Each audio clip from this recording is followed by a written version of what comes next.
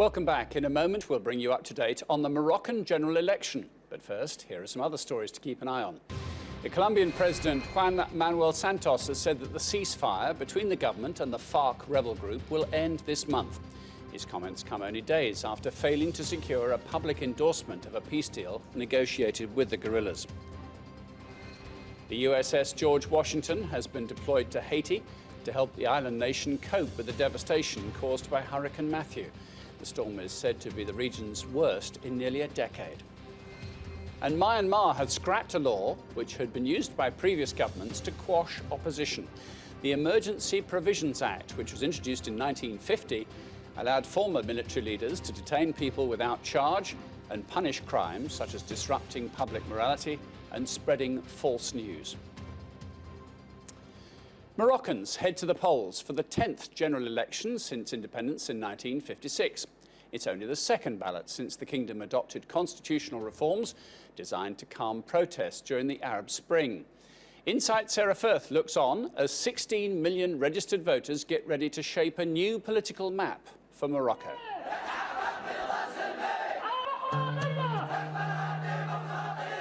In 2011, the world watched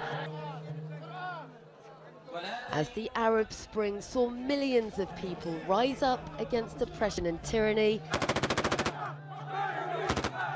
and bring down dictators.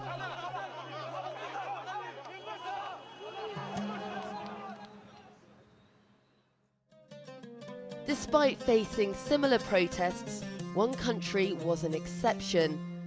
The North African Kingdom of Morocco managed to steer a very different course. Unlike the rulers in Tunisia, Libya and Egypt, who were overthrown by the Arab Spring uprisings, Morocco's king managed to ride out the popular protests by in part handing some power over to government. Now, the upcoming elections will be just the second since those 2011 protests, and all eyes are going to be on whether Morocco is able to maintain the stability that stands in such stark contrast to the rest of the region. It was in a referendum in 2011, at the height of the protests, that a new constitution was approved. Handing over powers that meant the country's prime minister was allowed to appoint government officials and dissolve parliament, powers previously only held by the king. This proved crucial.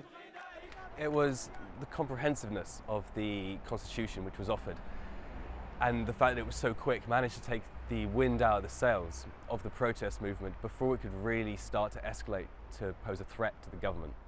16 million people are registered to vote in the upcoming elections, with candidates from more than 30 parties competing for seats.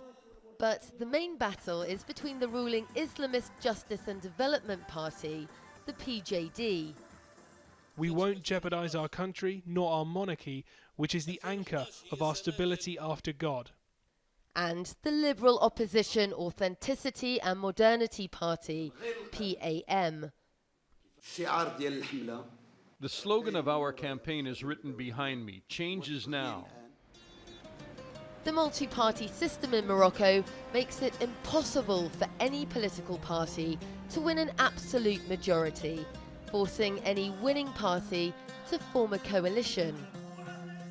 But despite the new constitution and the more reformist nature of the monarchy, the king is still firmly in charge. Journalists and activists who criticise the monarchy say that puts them at risk, and Reporters Without Borders considers Morocco less free even than Afghanistan. And there are other problems too. There are still elements within the Moroccan protest movement that want much more power taken away from the king and given to the legislature. There are currently discussions within Morocco about the role Islamism plays. The government as it stands is a moderate Islamist movement. But I wouldn't say that these tensions or these discussions in the state are particularly destabilising. Compared to its neighbours in the Arab world, and Morocco appears pretty stable. The hope for many now is that these elections will keep the country that achieved a gentle revolution on a peaceful path. Sarah Firth reporting for Insight. Well, to discuss that further, I'm joined in Morocco by Skype with the analyst and activist Dr. Leila Fati. Leila, a few days to go until voters go to the polls. Do you think another coalition government could be formed as a result? Well, that's the particularity of this election. So, of course, there are some main things that were put forth as being the main demands of the population. First one being the economical growth of the country, which has acknowledged a bit of a slow path this appears. Also, the external cooperation of Morocco with other countries. There is the issue of the integration of Morocco in the African Union. And also some more domestic issues such as the right of women, the right of freedom of expression, the right of marginalized population, and also development of the most marginalized part of Morocco. However, these issues haven't really been the main themes of this campaign.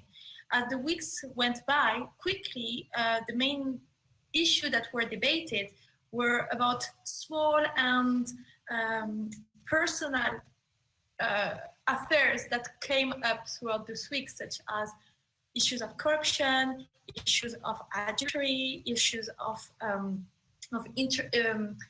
interference or problem of interest of some of the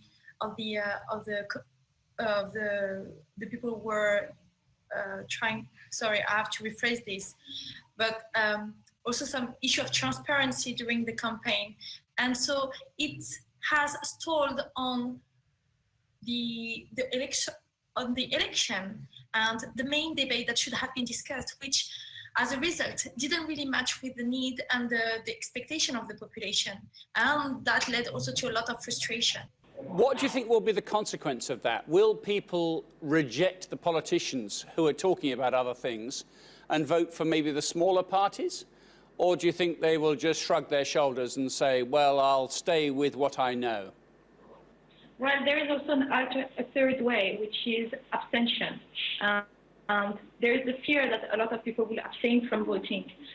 In the best scenario, we would have this willingness to vote for a third way, which is mostly represented by the Front Démocratique de Gauche, the party of Nabila Mounib and Omar Ben Atresh. However, there is always this threat of abstention, bearing in mind also that Morocco, the culture of voting is being pushed by the king through the democratization of the country since 2011, and there is also a lot of illettrism, and there is also deflagration of parties. The election has so many parties that it's going to be very difficult for the people to be interested in the election if the real issue that matters for them are not addressed. And the fear is that actually there will be high rates in abstention. There are some rules, I think, about trying to bring more women involved in politics in Morocco, to encourage women to stand for election. Are they working well? Well, we could say that they are working very well. Of course, we will have to wait the end of election and then how the parliament will be composed.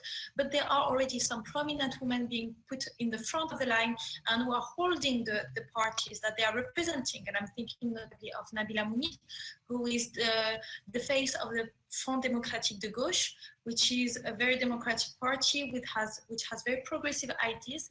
And this shows that there is an openness of the kingdom and also a readiness of the people to see women faces in representative positions. Dr. Leila Fati, thank you very much for being our guest today. Well, we end the programme with our Insight Bite. This is a little something that we feel you should know. Today, it's about bees and their incredible ability to cooperate. Scientists in Britain have found that bees can learn new, simple tasks and teach them, with others, to work with incredible efficiency. These bees have been taught to pull strings to reveal food in the centre of a fake flower. As you can see, once one has learned the trick, it quickly passes that knowledge onto the other. In fact, bees can teach a new skill so well that the knowledge can travel throughout the entire hive, even being passed down several generations. And that's all for now. I'm Martin Stanford. That was Insight.